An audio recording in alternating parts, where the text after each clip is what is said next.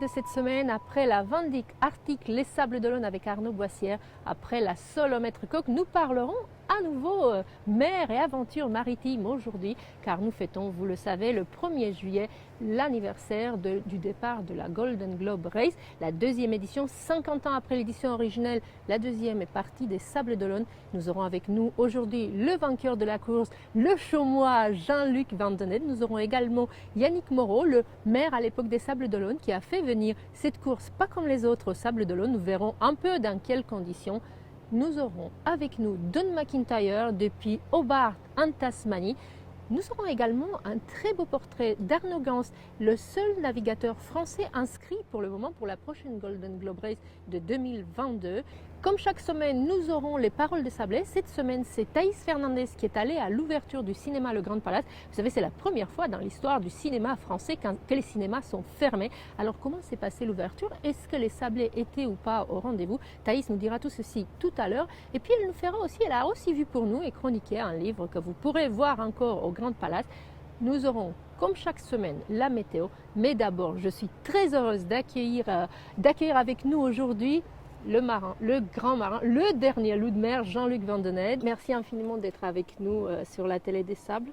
C'est un plaisir. Ici chez vous à la Chaume, nous sommes très heureux de vous voir en si grande forme. Pour l'instant. J'ai cru savoir que vous étiez à moitié à Nantes pour le confinement. Vous êtes revenu dès le début au Sables d'Olonne, dès le début du confinement. Oui, parce que mon bateau est ici et donc ça faisait un petit peu de temps que je m'en étais pas occupé, donc vite je suis revenu là et là je suis en train de bricoler dessus, mais j'attends avec impatience un programme définitif de course et je pense qu'on va avoir ça prochainement. Parce que je crois que ce que l'on sait pour le moment, c'est que le programme nautique n'est pas autorisé avant le 31 juillet. La Solo est partie, la Vendée Arctique va partir ce 4 juillet. Non, je crois que c'est autorisé depuis cette semaine.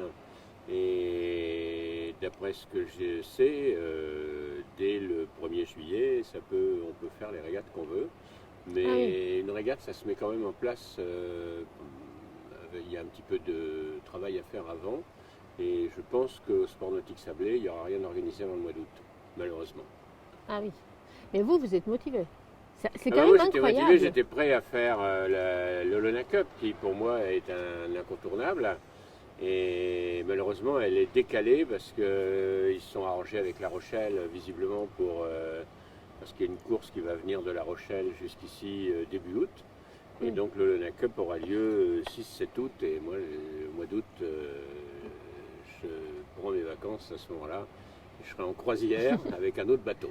Mais en fait, les bateaux, c'est un peu une question de blonde que je vais vous poser. C'est vraiment une constante dans votre vie. C'est-à-dire que maintenant que vous avez presque tout gagné, vous avez fait le premier Vendée Globe, le deuxième Vendée Globe, vous êtes encore détenteur, 11 ans ou 13 ans même après, du record du Tour du Monde contre vent et marée à l'envers. On ne vous a toujours pas battu là-dessus. Vous avez gagné en beauté la Golden Globe Race. Et vous voulez encore régater? Ah ben oui, je régate, mais ça c'est des régates qui ne durent pas longtemps. C'est des compétitions de la journée, quand même. C'est des petites compétitions. Mais maintenant j'ai surtout envie de partir en croisière. Et donc, sur un gros paquebot?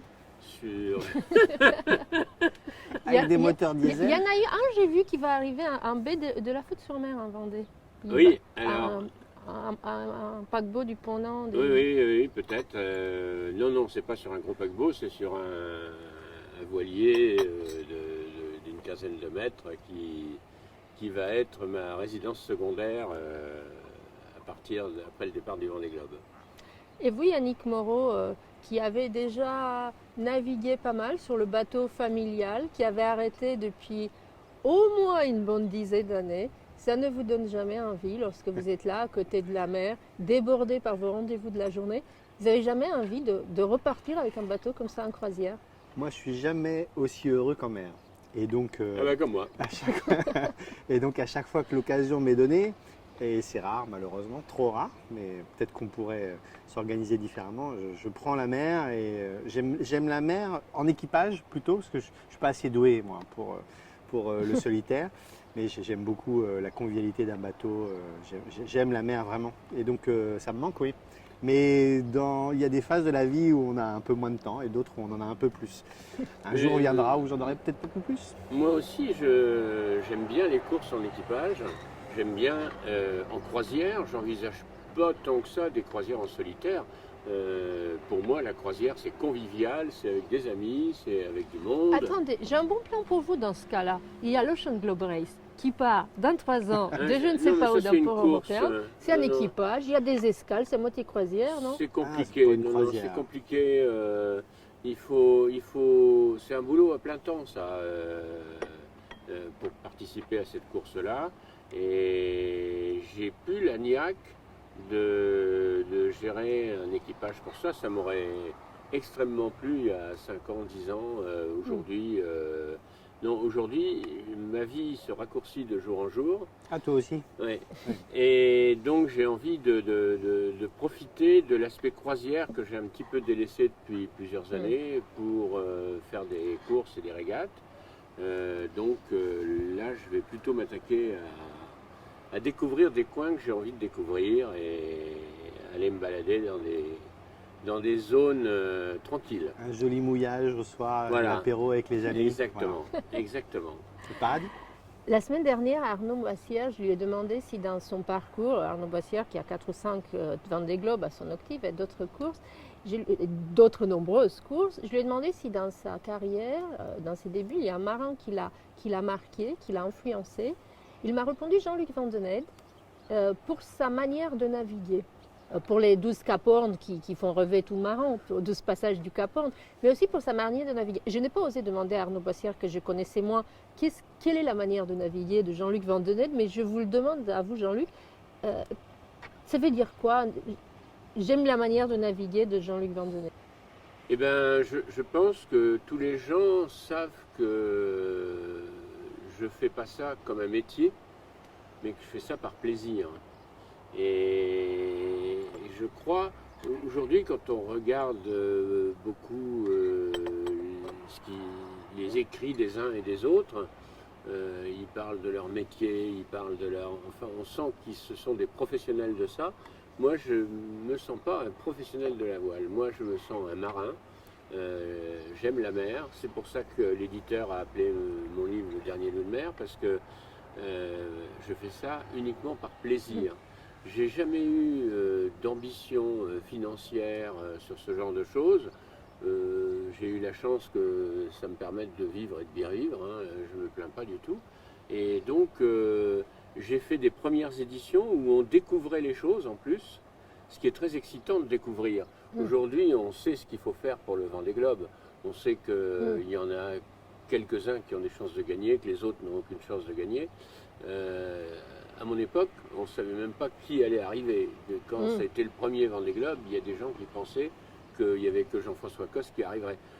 Et c'était difficile de dire il y a un favori de ceci, un favori de ça.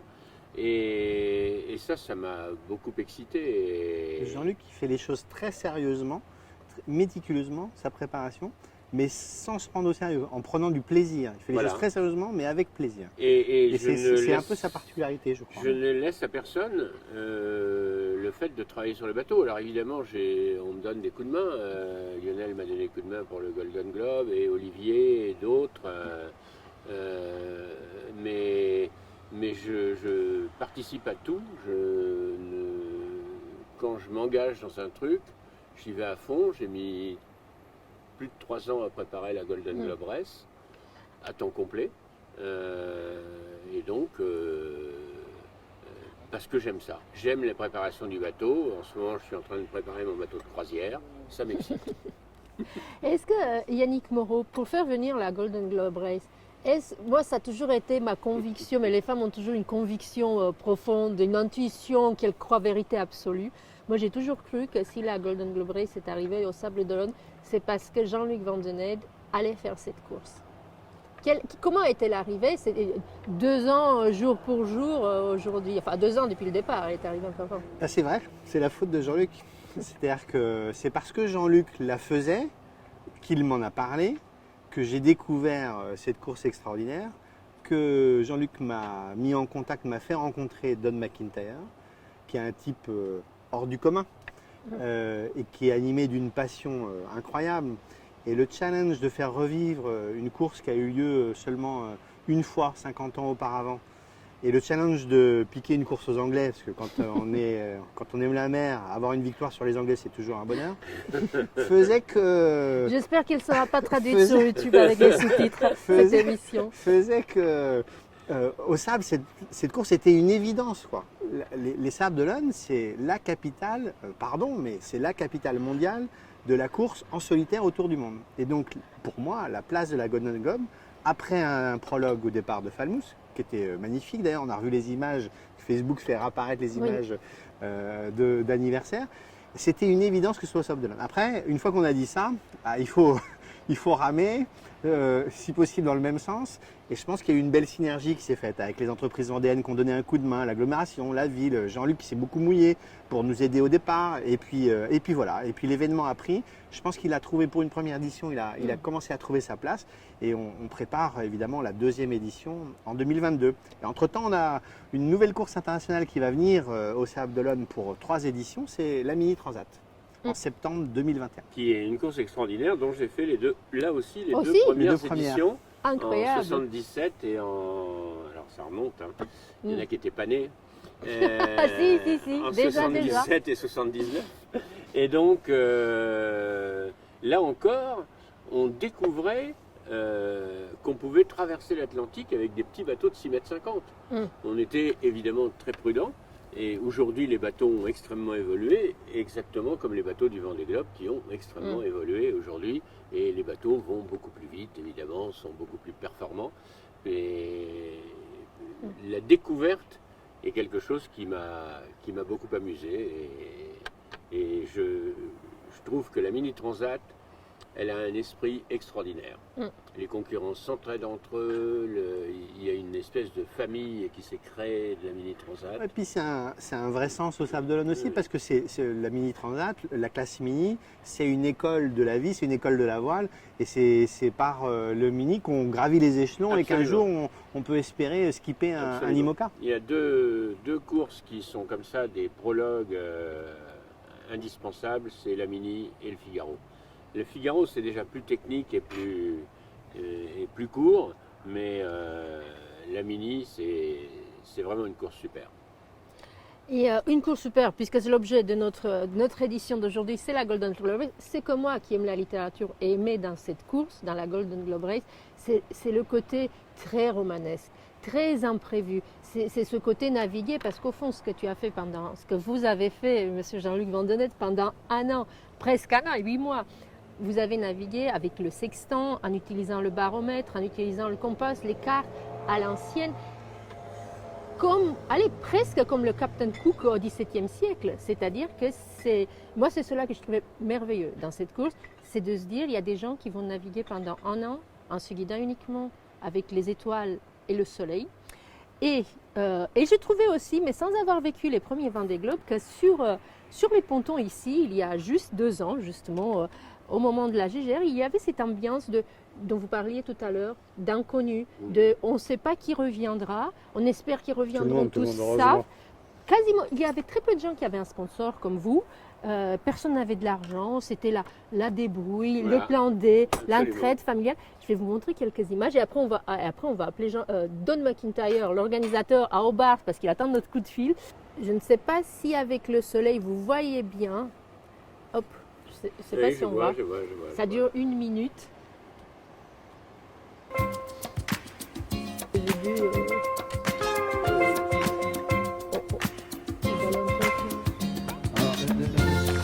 Qui démarre ici.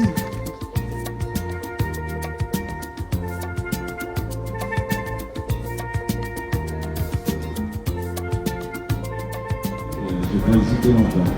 Voilà. Donc,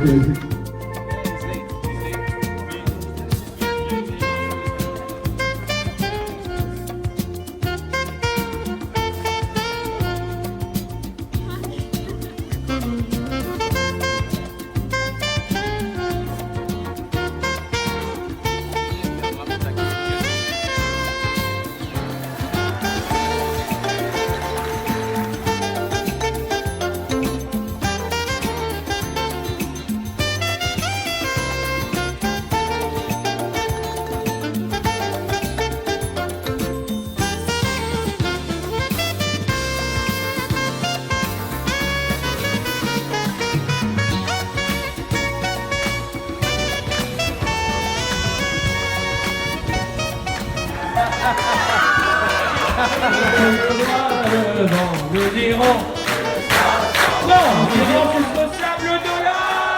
Voilà, jusqu'à ce départ incroyable dans la baie des Sables d'Olonne le 1er juillet 2018, vous Jean-Luc, avec toute votre palmarès, qui passait la ligne de départ entre les bateaux mythiques, le Swahili de Robin Knox-Johnson, le premier homme à avoir fait un tour du monde sans escale en solitaire, et le Joshua de Bernard Moitessier. Vous êtes dit quoi au moment où vous êtes passé cette ligne de départ? Ben, je me suis dit, j'espère que je vais arriver. Parce que c'est une course où on sait que ce sont des petits bateaux. Je connaissais les mers où on allait. C'est des bateaux qui peuvent chavirer, qui évidemment se redressent, mais quand ça se redresse, des fois il y a des dégâts qui sont importants. Et donc j'avais un peu cette anxiété de me dire j'espère que je vais arriver. Tous mes tours du monde en course, j'ai terminé. Et la hantise, c'est de ne pas terminer. Évidemment, j'aurais préféré finir deuxième ou troisième que de ne pas arriver du tout, quoi. Oui, vous êtes Et arrivé. il n'y en a quand même premier. que 5 qui sont arrivés sur les 18 partants, quoi.